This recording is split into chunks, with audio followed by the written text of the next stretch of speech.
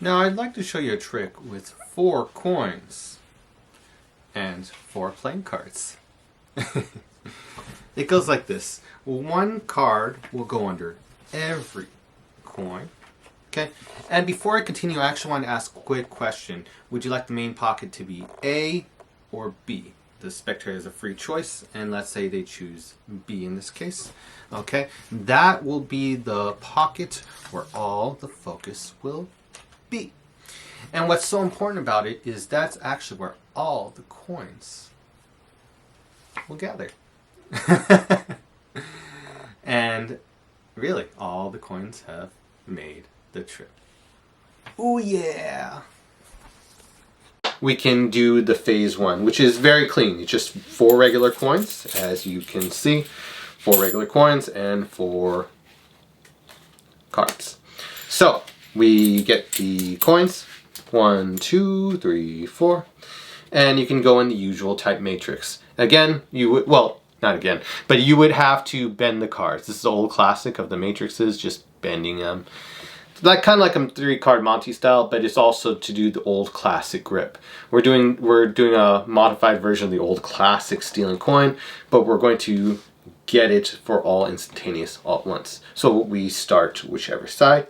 Doesn't really matter too much. So let's say we start closest to my dominant hand.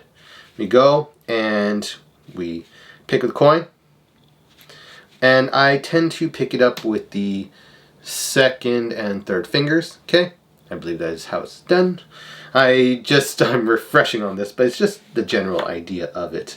Okay? And as you're doing that, so second and third fingers, some people argue for first and second, depending on what you're going for. But in this case, what I'm going for in this routine, second, third fingers, okay?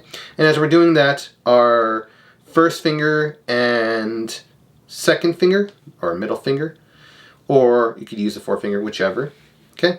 No, it is the middle finger. So it is first finger and second finger, which is the middle finger, okay? We just take it and we take off the top card and place it down in place of where the coin should be.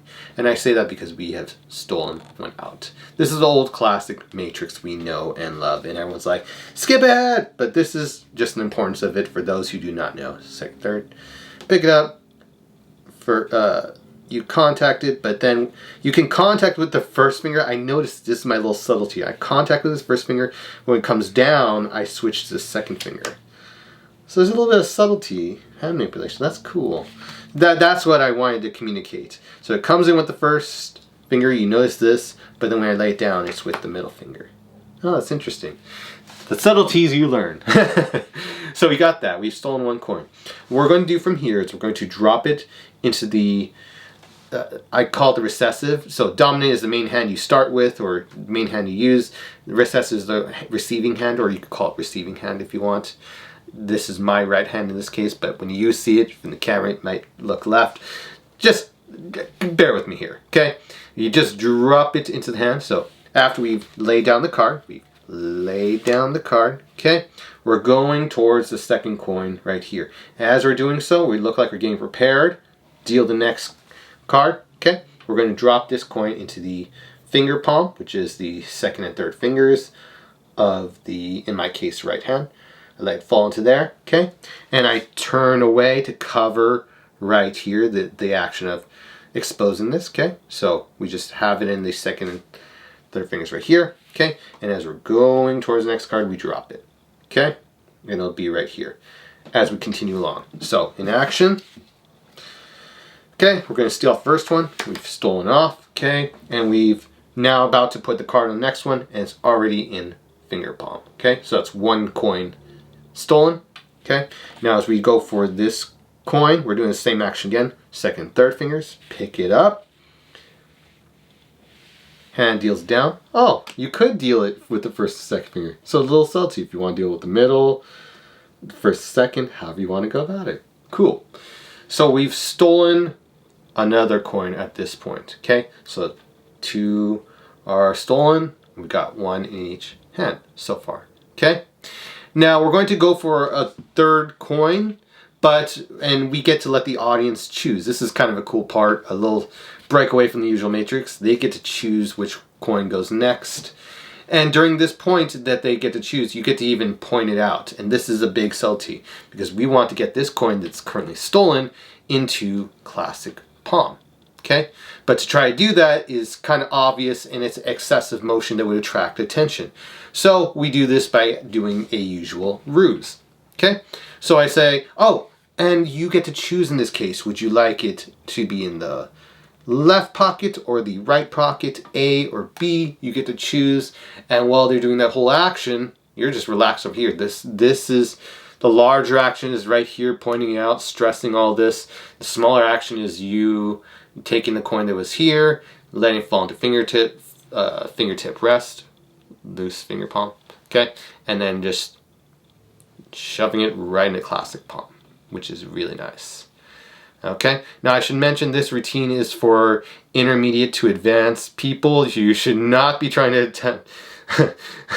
It's at least a little bit of an intermediate one, just to be comfortable with fingertip rest or to have some comfortability, and then get into classic palm and being comfortable in classic palm. I just say it because I don't want to discourage new people in coin magic. It's like, this is so hard. Yes, this is a more advanced routine. Anyway, so they choose A or B, and let's say they choose B in this case. You go, wonderful choice. You've got the coin in classic palm. You've got one in finger palm. Okay, you've got 2 stolen. Now you've got the availability to steal one more in the same positioning. Okay, remember to, because you've been gesturing and everything, just give the cards a little bit of a crimp before you start, just to make sure it's what's worked for me. We steal the 3rd coin, okay, as we lay the card down in a smooth action. Very cool. And we have now the 3rd coin right here. Okay, last one. Or they actually, sorry, in this case they chose that to be the center spot. My apologies. So they chose that to be a center spot. Just showing you a scenario if that was to happen, how it would look. There you guys go. So now we've stolen this one off, okay? That being the main spot, okay?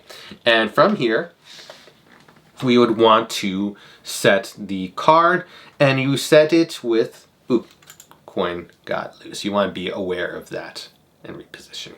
Okay, so just be aware of your movements because it can loosen the classic palm coin. And I make this a note of this and keep it in here because I want everyone to be aware that, you know, we all have to adapt. If it fell out in this case, I can still cover with my thumb. This is a good learning point. Okay, even if it broke out a classic palm, I could still make it work as a performer. I lay the card down. In any scenario, you would want to lay the card down. Okay. Boom, and you're covered, even in the worst case. And then you can just let it go into fingertip rest, relax, classic palm, you're all good, or fingertip palm for what you're going to do. But let's say it didn't fail. It wasn't that hardcore as I would have had to do for this scenario. Okay, so we got it comfortably in classic palm. Okay, we got the coin we've stolen from fingertip rest to finger, or it's stolen right here, and we let it fall into fingertip rest. Okay, one coin is at the finger palm and is holding the card like so. Okay, boom. So we got it right here, and so how do we do this? There's 2 options to going about this, but I tend to opt for the most safe strategy in this case, which is just laying the card down with both hands. And it looks very innocent, just laying it down and trying to adjust for the coins that could pop out, make sure they're inside but not clinking. And so we could put a little bit of extra tension, having a little bit of hand motion and control in that case. The other scenario is that we take the card in a single hand, and this is for the more bold and who want to do this. You have the coin, 1 coin underneath right here and 1 coin in finger palm. So then you lay the first coin down, and then you resituate the second coin, and you try to push it underneath the card as you lay it down and try to cover the card without trying to expose any or much of the coin, which puts it more at risk but creates a more sense of naturality. And see, notice even if I lay it down like just a little bit that way, it's flashing, a little bit that way, it's flashing, it's not even covering the card. What are you doing? So so that's why I tend to just opt for the little bit odd situation at first, but it's still pretty natural. Just laying it down, boom, like you make it special that the card's underneath. And look, now looks natural. Nice.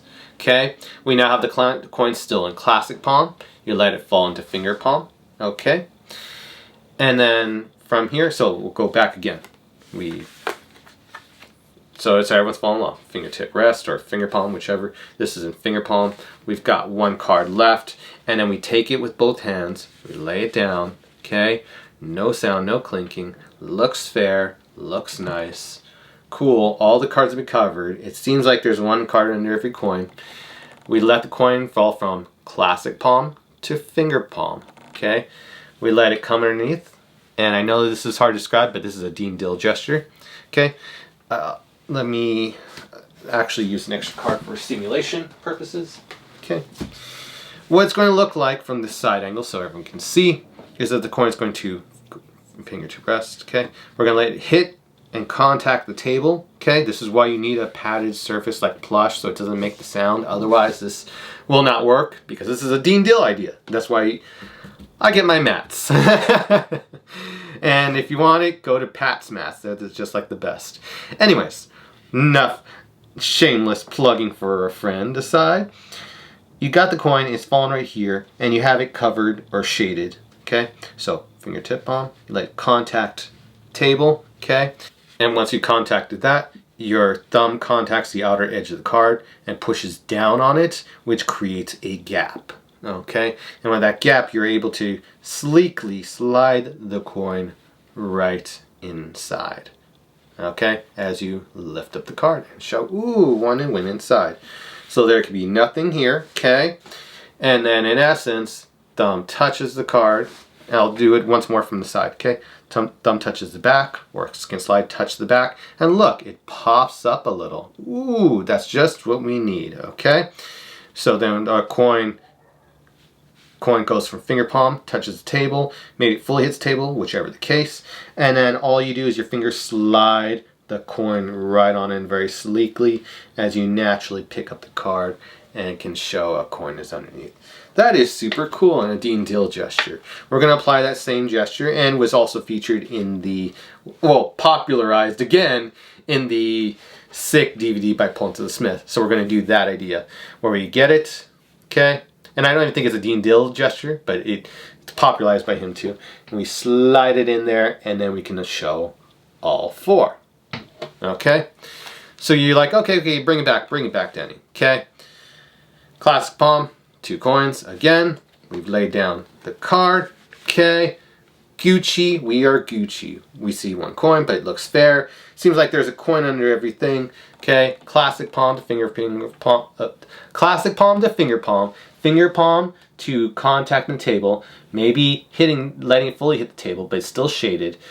Thumb touches the back of the card as we slide the coin on in to show seemingly an instantaneous matrix of all 4. Oh my gosh, that's amazing. And then you can show all the others and that people really were destroyed by it. Super cool. Okay, rewind that down. Let's bring it back to normal speed. Okay. Let's do it. We crimp cards again. Okay, so this is just a fun practice session. It's like you're learning with me in person, but not. Okay, and they get to choose A or B, whichever they want, they can do. And they choose, let's say, A in this case, just for alternate scenario. Okay, we steal that one, but we don't say that. Okay, we're gonna put a card on top, being totally fair. Yeah. Then we lay this card down very, very carefully. And you can be as careful as you want, but in a very fair, quick manner, which is nice. You can do all that because you have 2 hands working on it. Nice. Anyways, so you got that. Everything looks fair and copacetic. Okay, you're not even doing re-shows or re-displays. All you do is you just lift up this card and you show all 4 and people are mind blown. Sure, amazing. And that's kind of what I wanted, because I feel like so many people have done Matrix and it's almost so overdone, even though it's not. So adding some unique twist to it, which I haven't seen before in all the publishings and stuff, I think it's pretty cool and applies a lot of everyone's ideas to the epitome of what is an instant matrix on phase 1. Kind of wild. So then we would do phase 2, which is the backfire matrix by Ponce Smith currently, until I may modify enough to be original. But until then, it's just a great phase that we would do to phase 2. And the next part, we would skip to phase 3, which I think I'm going to call phase 4 I'm going to call phase rush. But level 3, I think it'll be something you'll enjoy.